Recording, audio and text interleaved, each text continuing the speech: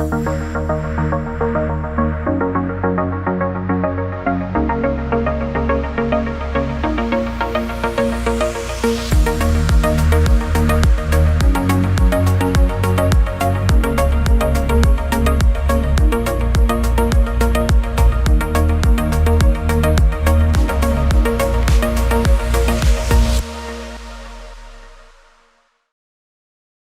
Agency, Madame Stéphanie Dietsch, je crois qu'on doit le prononcer comme ça, responsable du pôle d'énergie entrepreneur du monde, et naturellement, Monsieur Denis Leclerc, président et chef de la direction Ecotech Québec.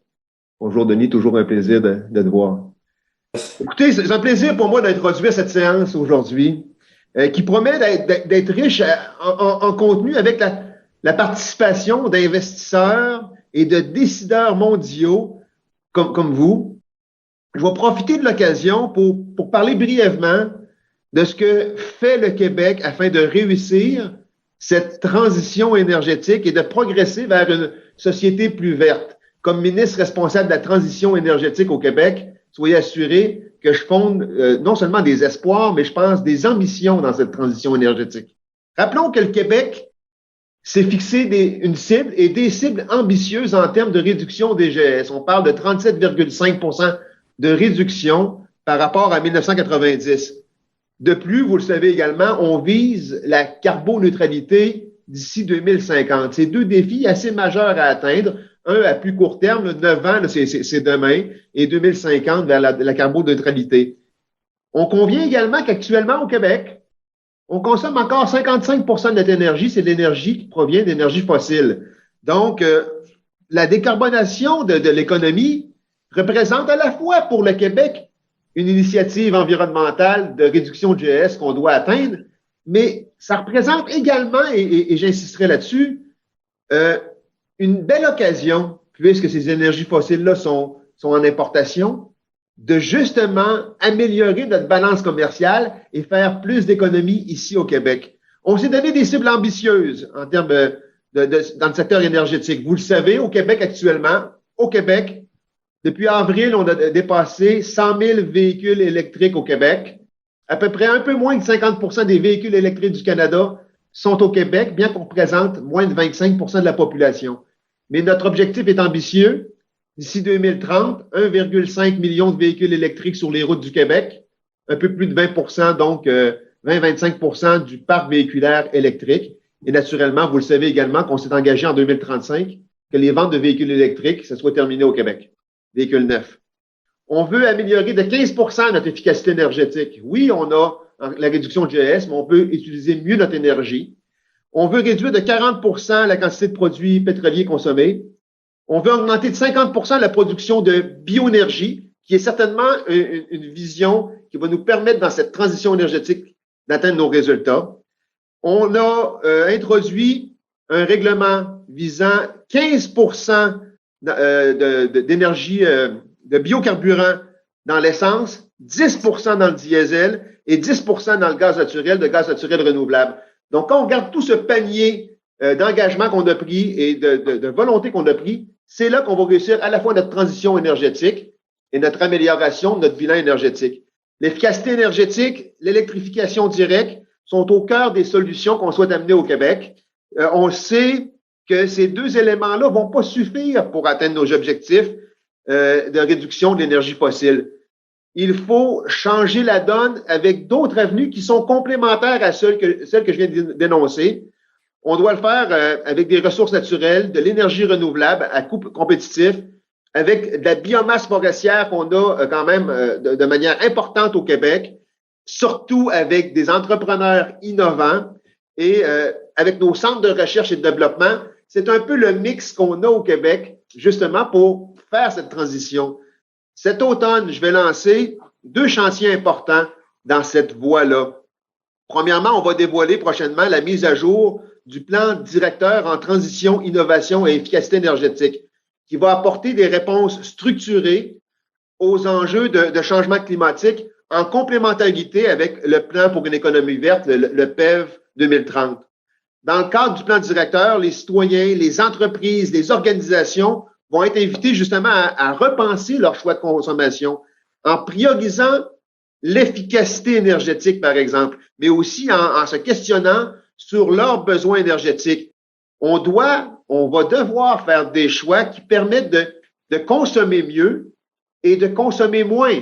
Et l'énergie qui sera rendue disponible momentanément, de l'utiliser à meilleur escient pour le développement socio-économique du Québec.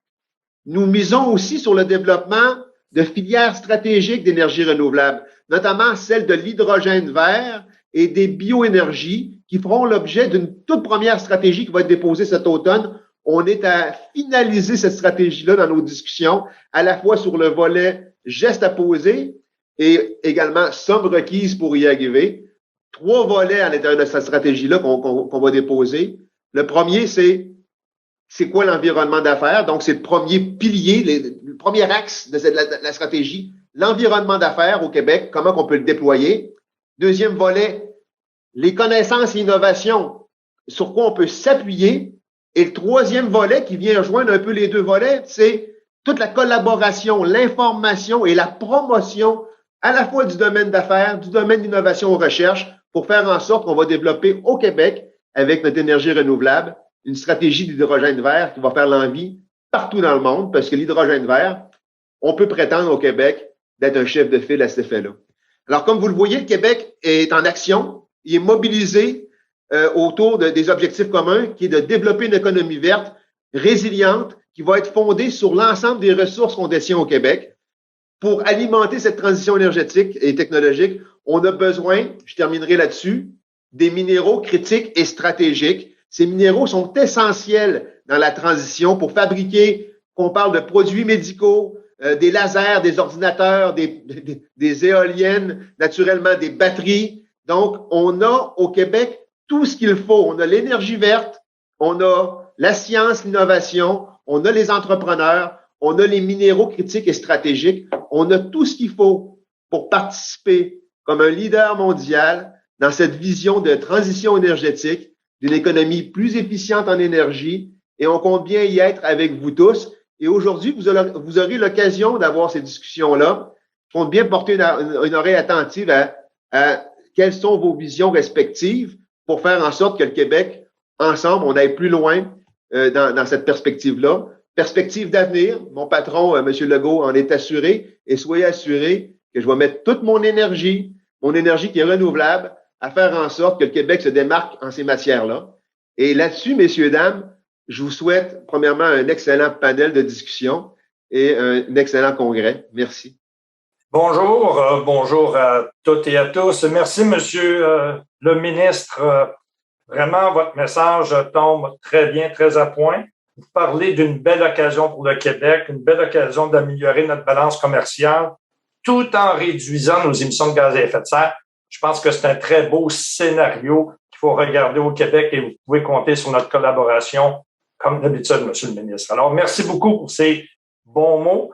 Alors, bon matin à toutes et à tous et bienvenue à cet atelier Énergie 3.0. Oui, on est rendu à 3.0 maintenant.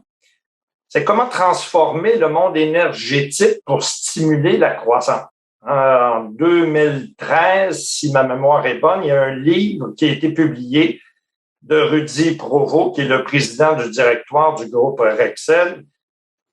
Et l'idée de base était celle-ci. Énergie 3.0 devrait s'appuyer sur la convergence entre l'énergie et le numérique pour optimiser notre maîtrise de l'énergie et, bien sûr, améliorer notre qualité de vie. On dit que le monde de l'énergie entre dans une nouvelle phase de son histoire, celle de la révolution numérique. Qu'est-ce que ça veut dire pour le citoyen? Ça veut dire que ça signifie un habitat plus pensé, plus durable, en harmonie avec ses besoins et son bien-être. Qu'est-ce que ça veut dire pour les entreprises et les municipalités? Ben, c'est l'entrée dans le monde 3.0 serait un formidable levier d'optimisation des ressources énergétiques et de leur infrastructure, avec un retour sur l'investissement à plus court terme, selon des experts. Alors, comment cette convergence entre l'énergie et le numérique va offrir aux utilisateurs des solutions adaptées à leurs besoins énergétiques spécifiques et ainsi réduire leur consommation, ainsi réduire les émissions de gaz à effet de serre. Alors, comment ces changements vont s'opérer et stimuler la croissance? Quels nouveaux outils et services vont apparaître?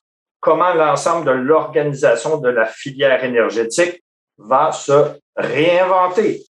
Alors, on compte sur un panel d'experts extraordinaires. Laissez-moi vous présenter nos 4 panélistes aujourd'hui. Nous avons d'abord Mme Mary Bruce Warlick.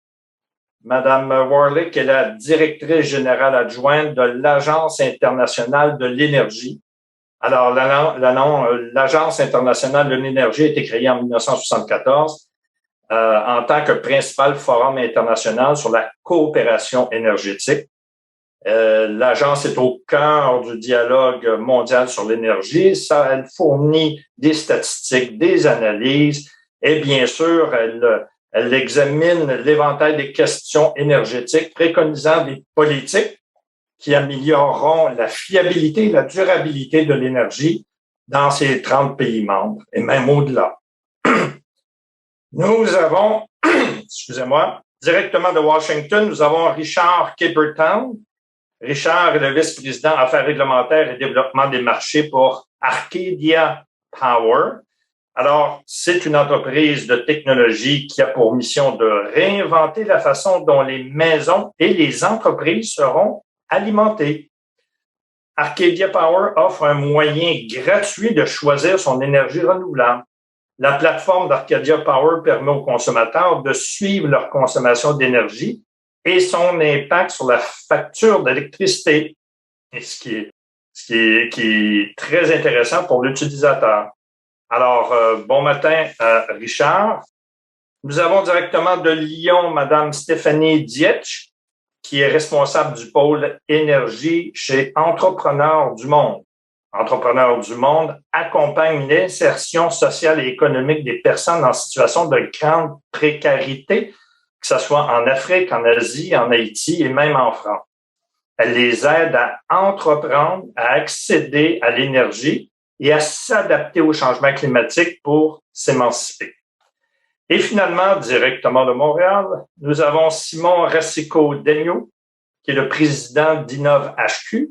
Qu'est-ce que c'est InnovHQ? C'est une nouvelle filiale d'Hydro-Québec qui vise à stimuler l'innovation et développer des opportunités d'affaires afin d'accélérer la transition énergétique. InnovHQ assure aussi la croissance et la gestion du portefeuille d'investissement et est responsable de soutenir la croissance et la bonne gestion des filiales d'innovation d'Hydro-Québec. Alors, nous avons tout un panel et aussi un sujet fort intéressant, Énergie 3.0. Je vais commencer immédiatement la conversation avec nos invités parce je viens de vous mentionner que l'énergie 3.0, c'est la convergence entre l'énergie et le numérique avec l'objectif d'une meilleure maîtrise de l'énergie et améliorer notre qualité de vie, bien sûr. Qu'est-ce que l'énergie 3.0 signifie pour vous, chers panélistes? Qu'est-ce que l'énergie 3.0 signifie pour votre organisation? Est-ce qu'il faut vraiment placer le pouvoir dans les mains du consommateur? Alors, je vais demander à Mary Bruce Warlick de nous dire quelques mots au niveau de qu'est-ce que ça représente pour l'Agence internationale de l'énergie. Mary, good morning, good afternoon. Good morning, good afternoon. Thank you very much. It's a real pleasure to be with you today. And let me just say congratulations to the government of Quebec for everything that they're doing to advance the clean energy transition. It's, as I said, a real pleasure to be with you. Just a few remarks. Really, from our perspective, to avoid the worst impacts of climate change, we need to move smartly in the direction of reducing global CO2 emissions to fall to net zero by 2050. And this will require really a complete transformation of how we produce, transport, and consume energy. So just in a couple of minutes here, I'd really like to focus on 3 areas where joint efforts between consumers, companies, and governments really will be crucial to achieve this goal. And these are innovation, infrastructure, and energy efficiency, all areas where the IEA is very much focused. On innovation, the IEA recently developed and released a roadmap that sets out one pathway for how the world could reach net zero emissions by 2050.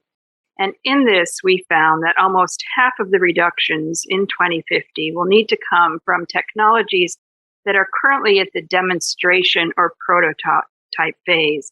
So major innovation efforts must occur over this decade to bring these technologies to market in time in order for us to reach global 2050 goals. On infrastructure, getting to net zero emissions will require huge amounts of new infrastructure and lots of modifications to existing assets. And all countries and regions will need to move from their current systems, supporting largely the use of fossil fuels and centrally generated electricity, to systems based on, as was referenced, renewable electricity and low emissions fuels. And to do this, we need a major boost in investment in infrastructure. This is also a subject we have published some recent reports on. And it's important to remember that there are approximately 790 million people in the world still without access to electricity, as well as 2.6 billion people who do not have access to clean cooking facilities. So new infrastructure and investment will be very much needed, particularly in the emerging and developing economies, if we are to achieve the UN Sustainable Development Goal for universal access to energy for all by 2030. And finally, third on my list is a major worldwide push to increase energy efficiency is absolutely essential in the effort to reach net zero. And this is another area where governments, working with citizens and consumers to encourage them to adopt more efficient appliances, buildings, and vehicles will be very important. Working with companies to limit energy use and emissions from industrial processes and supply chains will also be critical. So achieving action in all these areas will require a tripling in clean energy investment from current levels by 2030. Private sector will be critical to finance most of this, which calls for closer cooperation, of course, between developers, investors, public financial institutions, and governments. But we can see the beginning of a new energy economy emerging. The challenge really is directing and accelerating this towards achieving our shared goals on sustainable development and climate change. Thank you. Merci beaucoup, Mary. Alors, 3 mots à retenir, innovation, infrastructure, efficacité énergétique, les 3 clés pour se rendre en 2050 net zéro. Alors, nous parlons d'énergie, d'efficacité énergétique. Let's turn to Richard. Richard, energy efficiency. What does that mean for you in Arcadia Power? Bonjour, merci Denis et merci Ministre Julien. Je m'appelle Richard Caperton. Je suis désolé, mais je ne parle pas français, donc je parlerai anglais. Thank you for having me.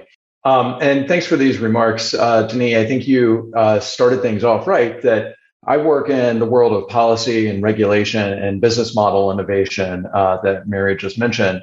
And all of this is about letting energy customers participate in the grid. And that's what Energy 3.0 is all about, is about giving customers what they want, which is choice. And customers have choice throughout the economy today. They get to choose their how they get around. Their transportation has a lot more choice. Their lodging has more choice. Their payment systems have more choice. And now there are new technologies that are coming in the energy space that give customers more choice. Denis, you asked about energy efficiency, and in some ways that's the biggest choice that customers have, which is about using less energy in their home rather than more. And they have the technologies available to do that. Customers can also choose where their energy comes from. They can put solar panels on their rooftop or something like that. They can choose what technologies use energy in their home and the type of energy it uses. And I'm thinking here about electric vehicles, for example, which the province of Quebec has made a very strong commitment to, as we heard from Minister Julien. In some places, I think the province of Alberta is a really good example of this. There is retail competition and customers can choose who their energy supplier is. And then there's all sorts of other new technologies around the smart home and batteries that are out there. And we already heard about battery production and how much that's thriving today. So there's just so much choice that customers have. And, some customers can make the ultimate choice, which would be to cut the wire to the utility and just power their home on its own.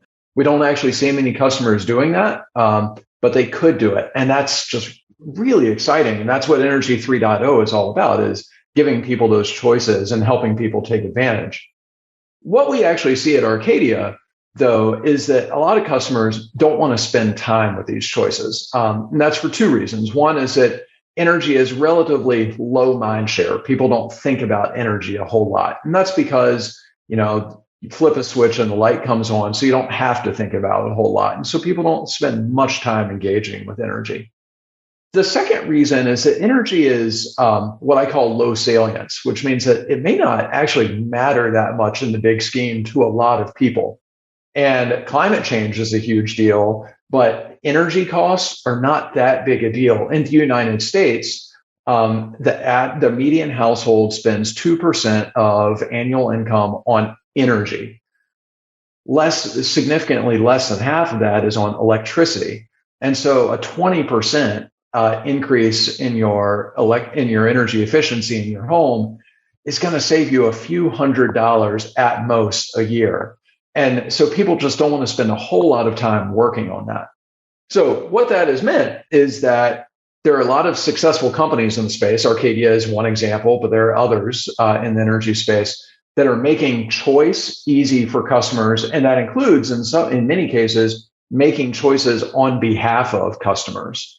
So this is what I think policymakers and utilities need to get comfortable with, is the idea that customers are going to be working with third parties and not always with utilities and not always with government actors. And these are going to be innovative, entrepreneurial third parties. This is already happening in finance. I think about companies like Mint.com, which sits between banks and customers to facilitate better financial management. I think about insurance. There are companies like Lemonade that are insurance technology companies that help customers choose the best insurance plan for them and sit between the insurance companies and customers.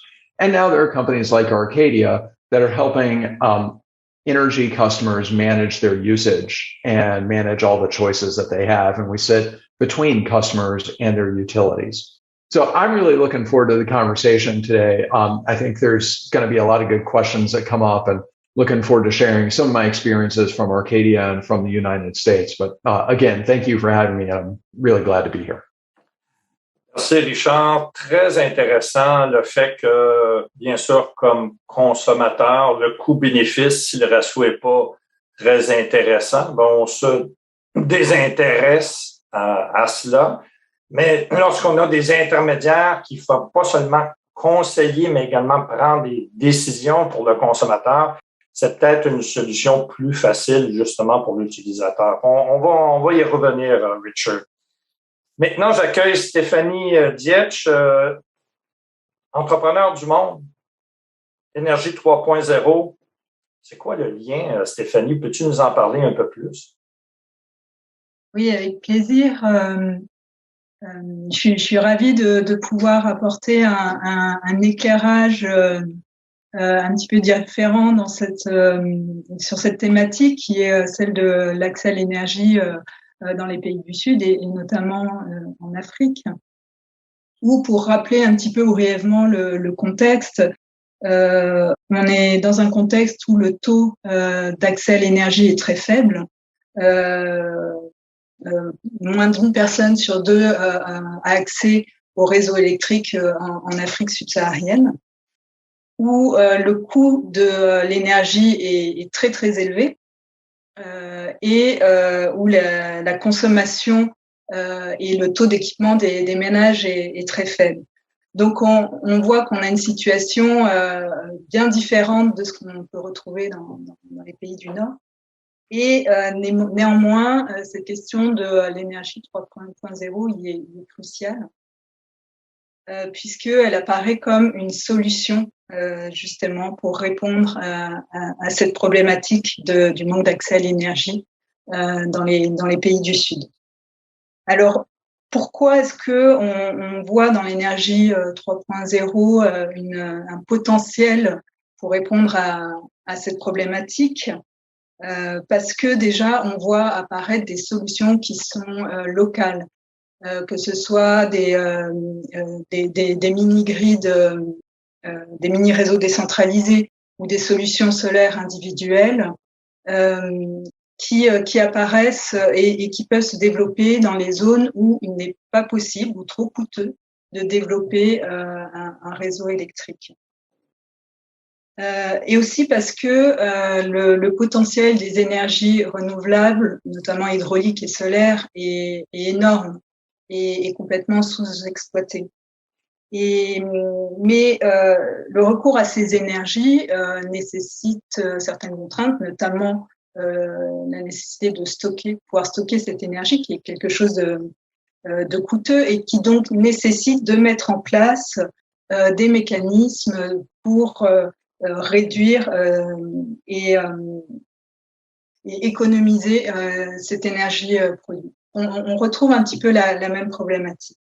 Et enfin aussi parce que dans ces contextes-là, le taux d'équipement des ménages est encore très faible et donc on a ce potentiel-là de passer d'une absence d'accès à l'énergie à une énergie qui est propre, durable et économique pour ces ménages.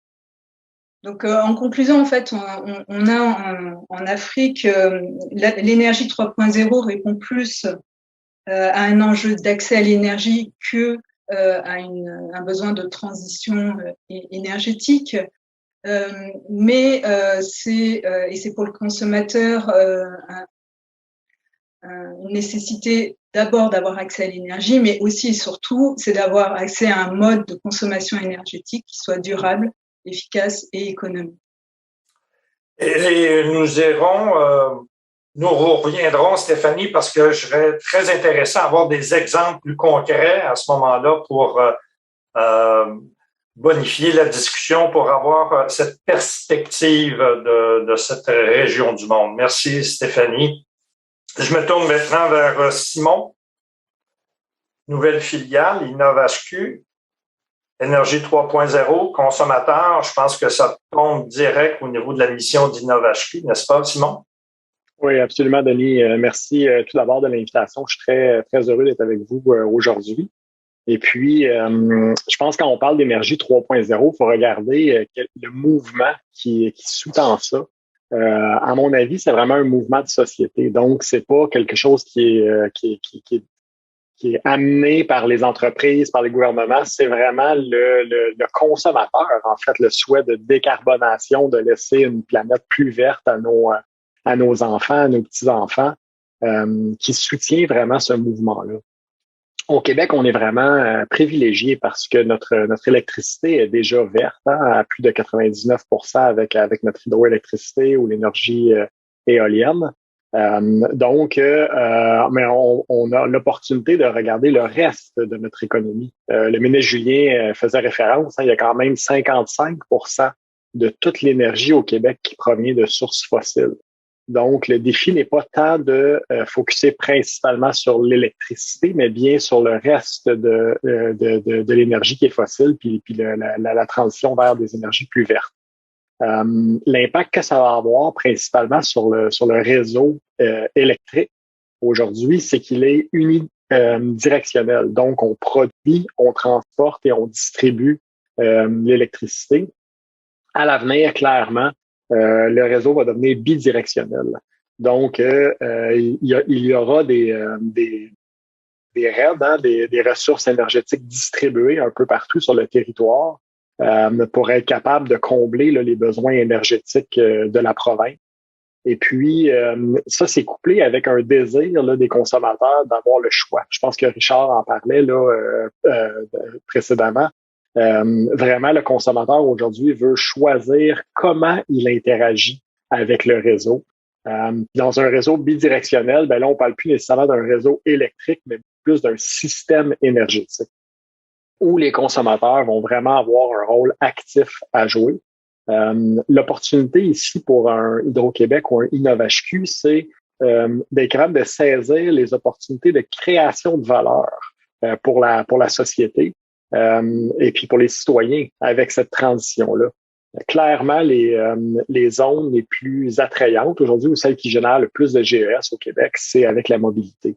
C'est évident qu'il y a beaucoup d'opportunités. On est, le ministre Julien faisait référence, on est des chefs de file en termes d'électrification des véhicules, mais il reste beaucoup d'efforts à faire là, pour être capable de vraiment avoir une transition réussie en termes de mobilité. Évidemment, l'efficacité énergétique est un autre zone d'intérêt là. On parle de le consommateur qui va avoir le contrôle, qui veut interagir, choisir comment il consomme donc en termes d'efficacité énergétique et puis de maison intelligente, ça va jouer un rôle clé à l'avenir. Et puis finalement, il faut voir comment le réseau électrique va se redéfinir. Hein. Probablement, on fait des tests avec un micro-réseau en ce moment à Mégantic et puis il y aura probablement de plus en plus de micro-réseaux d'utilisation de batteries pour être capable d'emmagasiner, de fournir une résilience également accrue au réseau, qui est effectivement très utile aussi avec les changements climatiques, hein, parce qu'on voit de plus en plus d'événements extrêmes, donc d'avoir des sources de production et des sources d'entreposage, de stockage d'énergie distribuée sur les réseaux va également aider à avoir une résilience accrue pour le réseau de demain. Donc, on aura la chance de reparler de plus à fond comment InnovHQ interagit avec l'écosystème et les différentes filiales, je pense, dans le panel aujourd'hui. Ça va être très intéressant. Avec plaisir, Simon. On va y revenir dans quelques minutes, mais tu as dit un mot-clé, là, réseau bidirectionnel. Là. Alors, ça va être fort intéressant de voir comment on pourra s'adapter en tant que consommateur également à cette nouvelle réalité.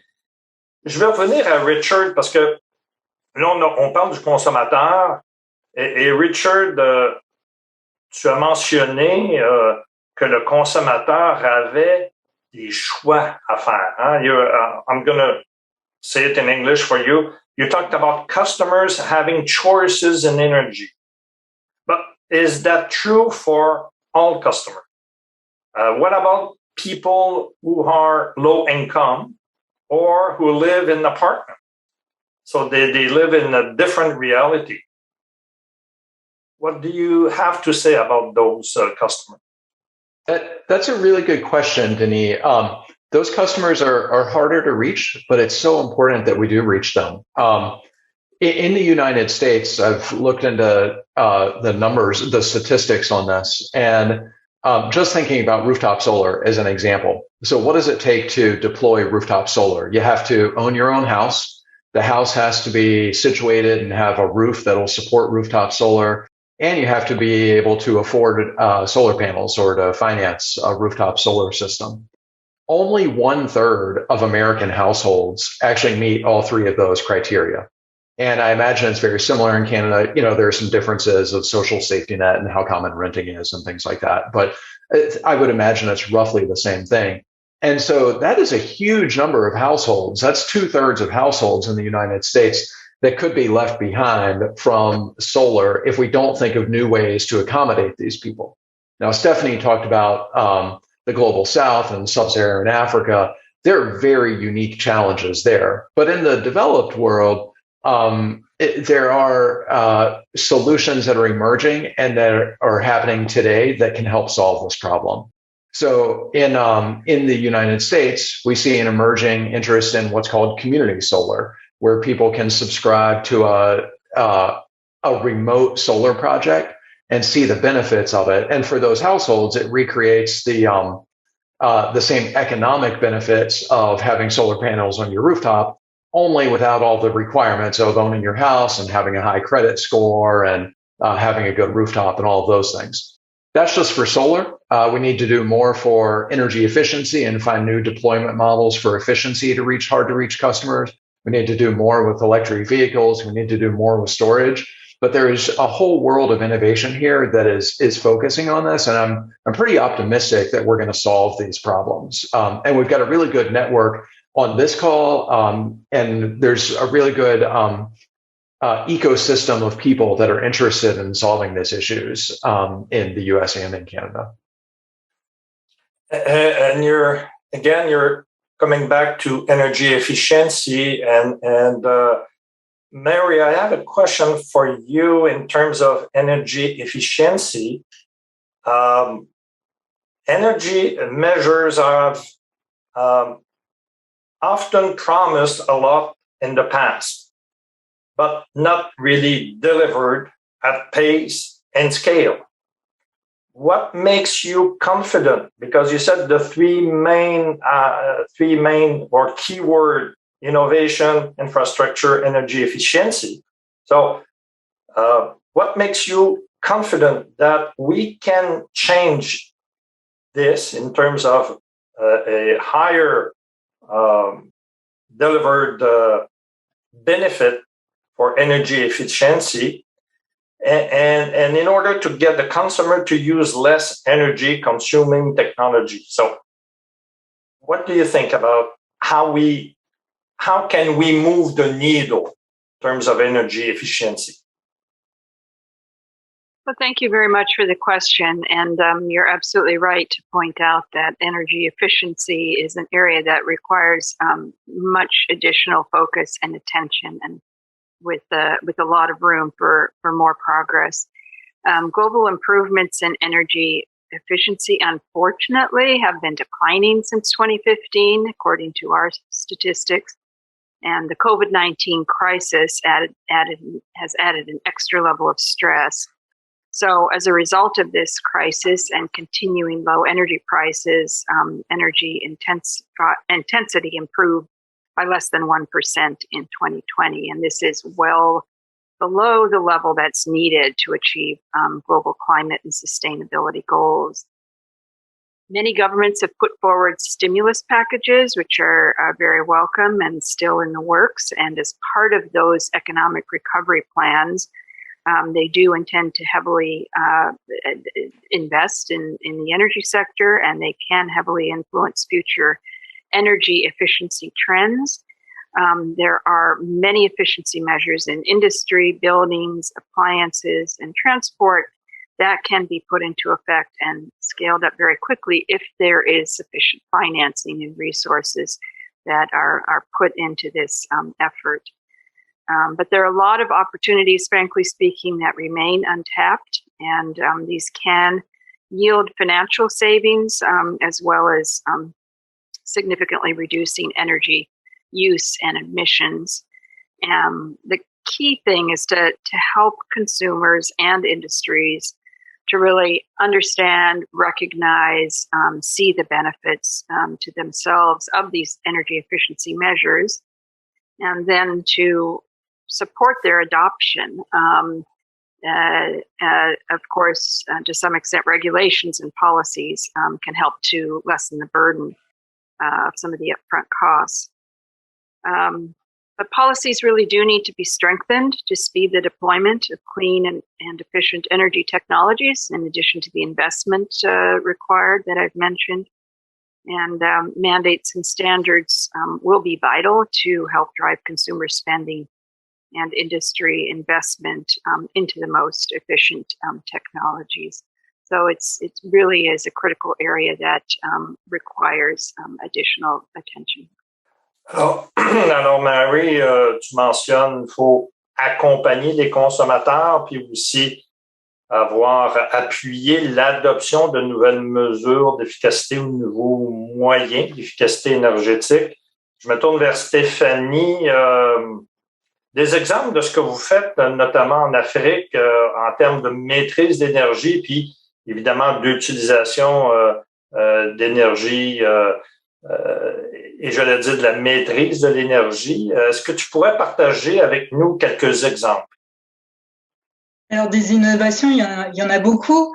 Je vais vous en présenter deux qu'on développe sur nos terrains d'action avec entrepreneurs du monde.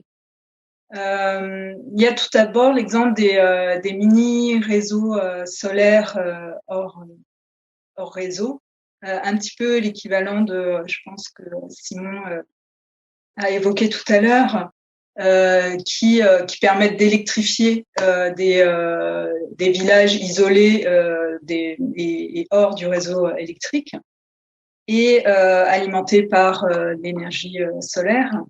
Et qui dit énergie solaire dit besoin de stockage de cette énergie. C'est ce qui coûte très cher dans le dimensionnement d'un réseau. Raison pour laquelle se sont développées des innovations qui permettent de suivre et de mesurer la consommation énergétique de chaque ménage qui est raccordé à ce mini-réseau et ainsi de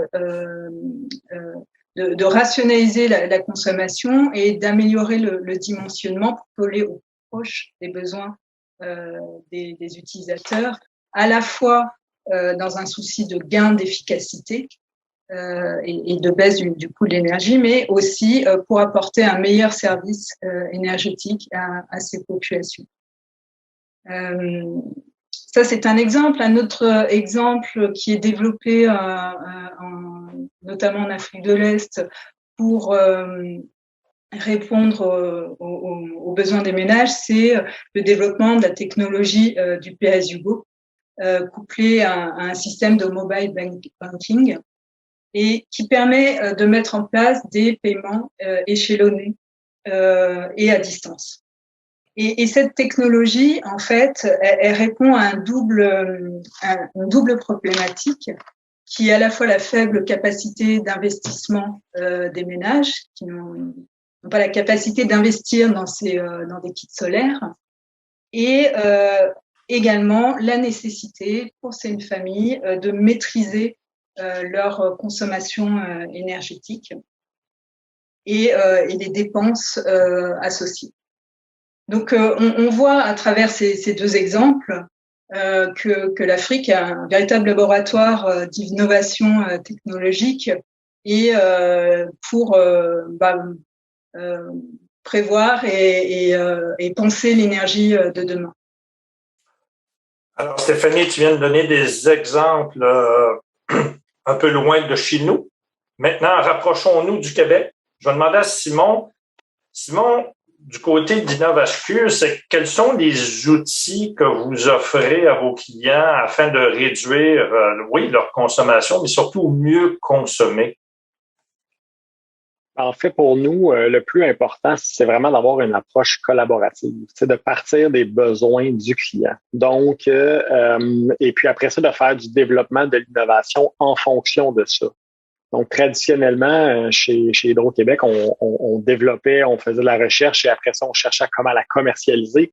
Maintenant, on a vraiment inversé ça, puis on focus sur le client. Donc, avec un ILO, par exemple, en termes d'efficacité énergétique, maison intelligente, c'est vraiment l'objectif. C'est-à-dire comment on peut supporter le client, l'aider à faciliter sa gestion de l'énergie. Parce que la majorité des clients sont intéressés à contribuer, à réduire leur consommation. Il y a un gain personnel d'abord purement monétaire, mais aussi il y a une réelle mission de société là-dedans de dire qu'on collabore tous à consommer moins d'énergie et encore une fois rendre notre monde plus vert. Donc, comment on peut les supporter avec des coachs énergétiques et puis vraiment les accompagner dans ce processus-là. Ça, c'est un exemple pour ILO, la maison énergétique.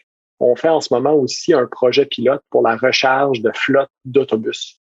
Puis c'est applicable pour toutes les flottes de camions de livraison, par exemple. Ça pourrait être des autobus urbains, des autobus scolaires. Parce qu'on s'est rendu compte que, il y avait maintenant du matériel roulant de plus en plus disponible, donc une offre d'autobus, de camions. Il y a des bornes, évidemment, mais tout ce qui est lié à la recharge créait une certaine peur ou une certaine anxiété. Ça demeurait une barrière à l'électrification parce que les gens craignaient s'ils branchaient tous leurs véhicules simultanément en même temps, ça allait avoir un appel de puissance tel que ça allait avoir un impact sur leur facture d'électricité. Donc, on les accompagne, on les supporte pour dimensionner l'équipement, mais aussi pour s'assurer que la recharge, la logistique de la recharge est optimisée pour minimiser leur facture d'électricité.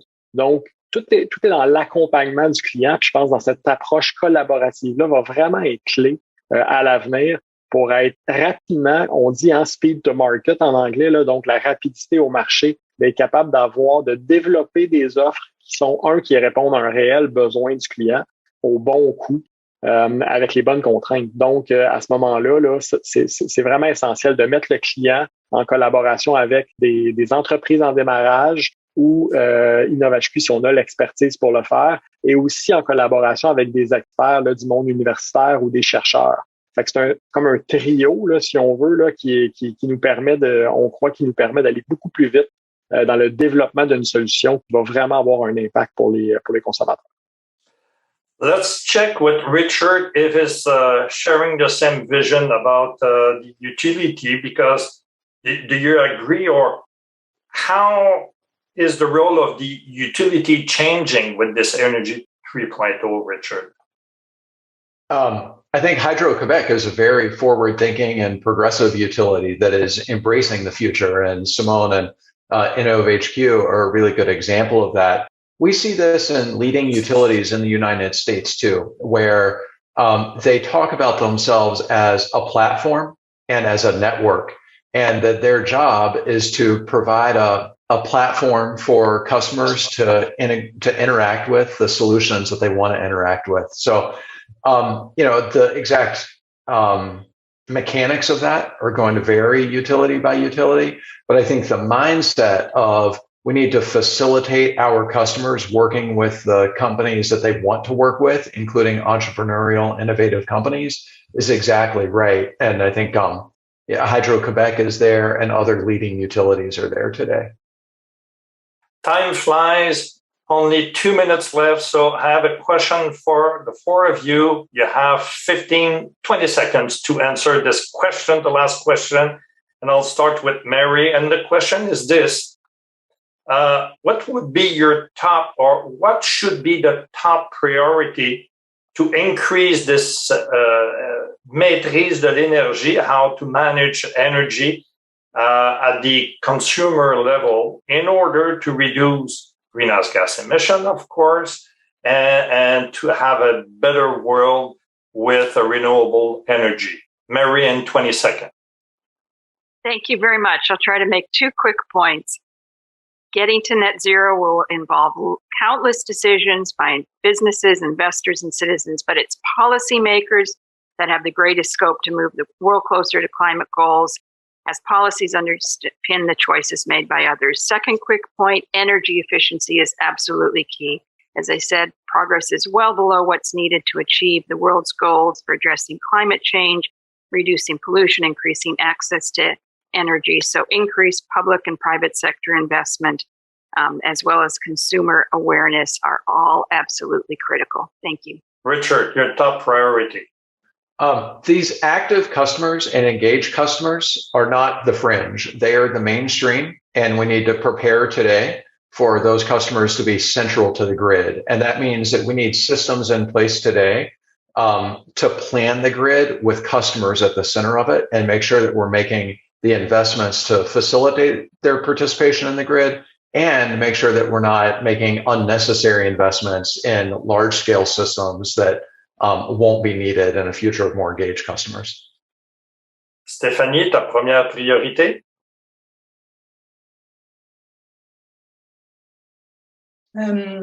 Pour ma part, je dirais que il faut favoriser la question de l'efficacité énergétique dans la question de l'accès à l'énergie pour les pays du Sud. Et en cela, la question de l'accès à l'énergie repose pas tant sur le développement de nouvelles technologies, mais que sur la mise en place d'un environnement favorable à leur déploiement. C'est-à-dire qu'il faut également lever toutes les barrières qui entravent l'accès des populations à ces nouvelles technologies, que ce soit le développement d'autres innovations, la téléphonie, le mobile banking, mais aussi des questions de formation et d'accès au marché. et également améliorer le contexte réglementaire et mettre en place un contexte réglementaire favorable pour la diffusion de ces équipes. Et Simon? De mon côté, c'est vraiment l'accompagnement des clients là, dans la transition pour permettre d'accélérer l'éducation. En même temps, il y a une question de connaissance. Au Québec, par exemple, il n'y a pas de signal de prix pour la puissance pour un consommateur résidentiel. Donc, les gens sont même pas conscients que le prix de l'énergie varie au cours d'une journée. Donc, je pense que l'accompagnement, la collaboration, puis laisser le choix aux consommateurs de décider comment ils vont interagir avec le réseau énergétique du futur.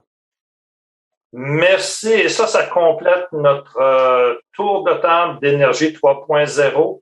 Mary, Richard, Stéphanie et Simon, merci beaucoup. On aurait pu poursuivre la discussion et je pense que c'est dans les premiers balbutiements de cette énergie 3.0, je peux déjà prédire que nous aurons une prochaine théorie de énergie 4.0 à un moment donné où vraiment le bidirectionnel et le choix du consommateur sera vraiment au cœur de l'ensemble du système d'énergie dans le monde. Alors, merci encore pour votre attention. Merci pour votre collaboration et au plaisir de vous revoir.